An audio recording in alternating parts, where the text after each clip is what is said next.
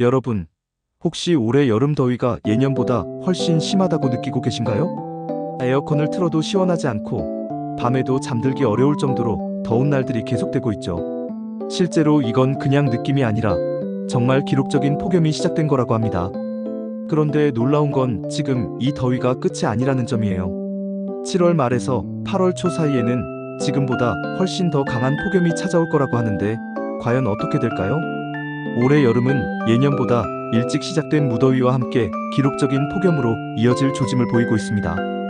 특히 7월 말에서 8월 초 사이, 이른바 여름의 절정기에는 지금보다 더욱 강한 폭염이 찾아올 것이라는 우려가 커지고 있어요. 이는 단순히 더위의 정도가 아니라 대기 전반의 구조적 변화에 따른 기상학적 결과로 분석되고 있습니다.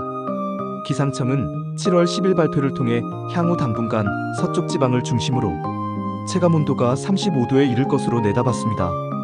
전국 대부분 지역에는 이미 폭염특보가 발효됐고 실제 체감온도는 30도 후반에 달하는 곳도 적지 않아요. 특히 이달 1일부터 8일까지의 폭염 일수 평균은 4.1일로 이는 1991년부터 2020년까지 30년간 7월 한 달 평균 폭염 일수와 같은 수치입니다. 단 8일 만에 평년 한 달치 폭염을 채운 셈이죠.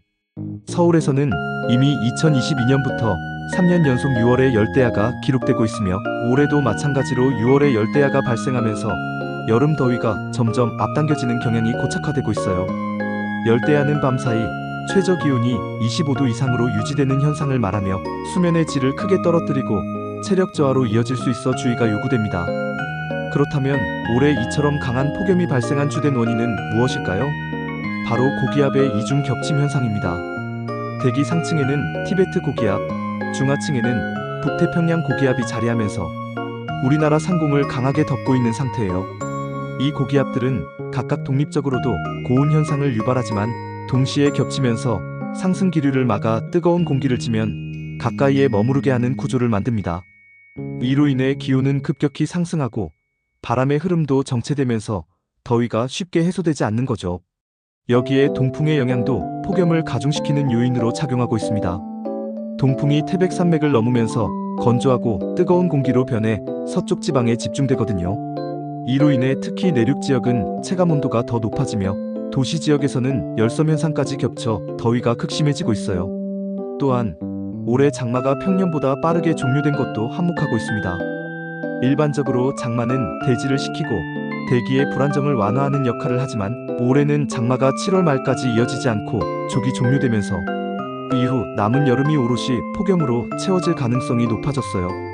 결국 7월 말에서 8월 초 사이 예년보다 훨씬 더 강한 폭염이 지속될 것이라는 전망은 단순한 추측이 아니라 기상 관측과 분석에 기반한 예측입니다. 기상청은 국민들에게 외출과 야외 활동을 자제하고 실내에서도 수분을 자주 섭취하며 체온 조절에 신경 써야 한다고 당부했습니다. 아울러 높은 기온과 습도로 인해 식중독 발생 가능성도 높아진 만큼 식품 위생과 보관에도 각별한 주의가 요구되고 있어요.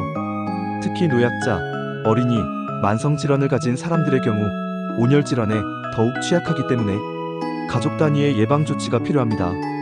구체적으로 생각해보면 지금 이 순간의 더위도 고통스럽지만 앞으로 다가올 폭염은 단지 무더운 날씨 그 이상일 수 있어요. 기후변화가 초래하는 구조적인 여름의 변화 속에서 우리는 생존을 위한 생활 전략으로서의 여름철 건강관리에 보다 철저히 대비해야 하는 시대를 맞이하고 있습니다.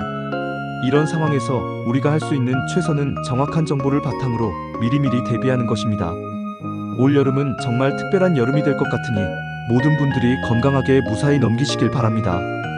구독, 좋아요, 알림 설정 꼭 부탁드립니다. 또한 댓글은 저에게 힘이 됩니다. 감사합니다.